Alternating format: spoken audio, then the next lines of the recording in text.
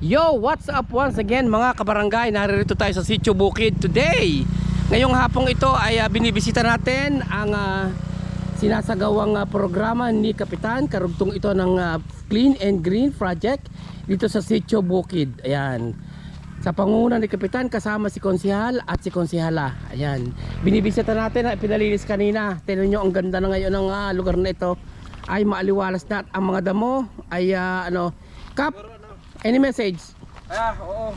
So ating ginaganap ang programa natin naman sa Clean and Green. Bukod sa pagpapailaw, meron naman tayong nailagay ditong mga street lighting, yung solar.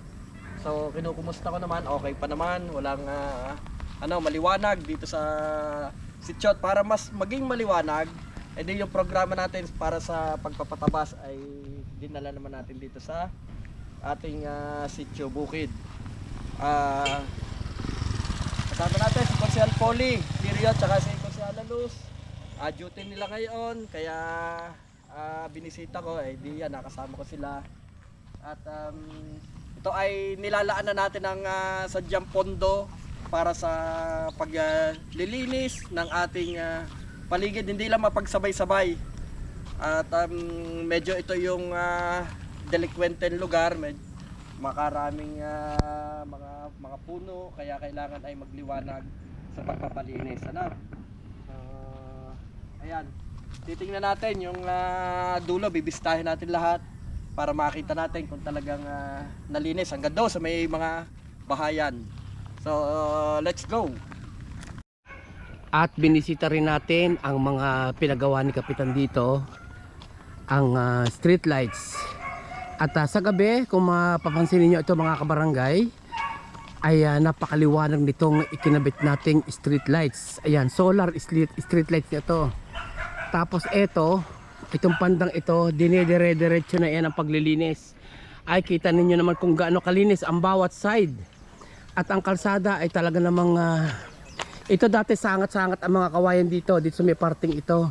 Maraming sangat yan, pero ngayon ay maliwanag na at clean and green. Ayan. So maliwalas, maayos. Dito kay Mr. Medina itong tapat, dati ito ay masukal din. Mapapansin natin ngayon, napakalinis, napakaliwalas, although na hindi pa masyadong nawawalis nga yung mga tinabsan. At itong parting ito dati ay napakadawag. Itong parting ito, ayan. Kaya malaking bagay itong isinasagawang programa ng ating punong barangay. Pag itinawalis at nasunog, ayan, tinan ninyo, malaking bagay, at talagang itong kalawakang ito ay dati madawag na madawag. Ngayon clear na clear ang area. Napakaayos, maliwalas, papalubog ng araw sa kasalukuyan mga kabarangay. At habang kinukunan ko itong video ito ay lumalampas ang ating mga kabarangay dito na uuwi na sa kanila, nanggaling siguro sa pag-swimming. Ayan. Ayan. Ayan, marami nag-exercise at nag-walking. Itong area ito ay dating napakadawag, ngayon ay awan ng Diyos ay talagang clear na. Ayan, pagbibigay galang sa ating mga opisyalis ng ating mga kabarangay sa Sitio Bukid. Maayos at malinis. So punta naman tayo sa ibang programa pa doon sa ibang lugar, okay? So dyan lang kayo. Wow.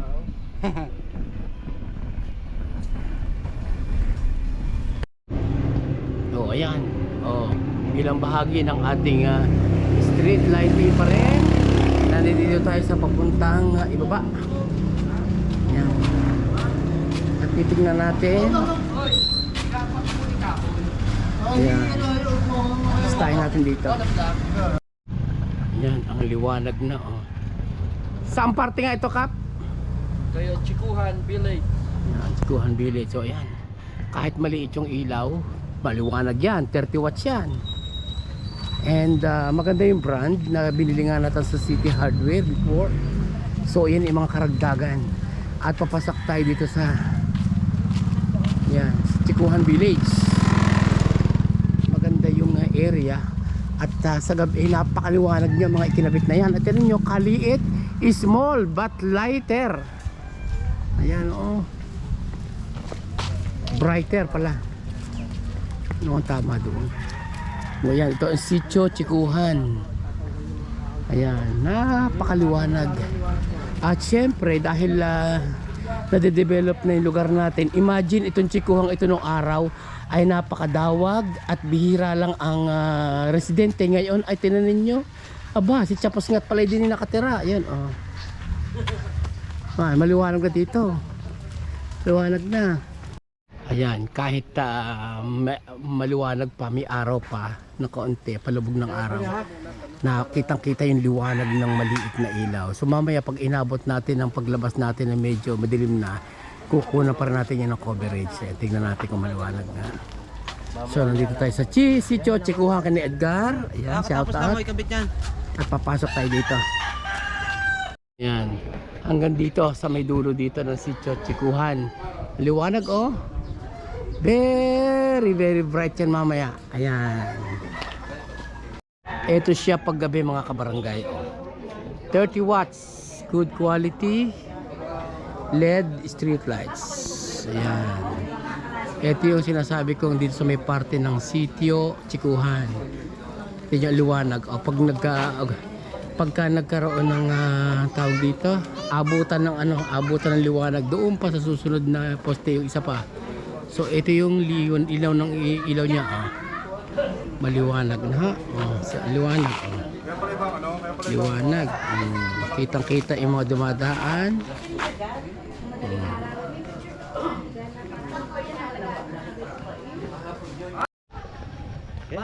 nga. Ang alam ko meron na, ganok tagal natin din, eh. Kaya pinalala ko sa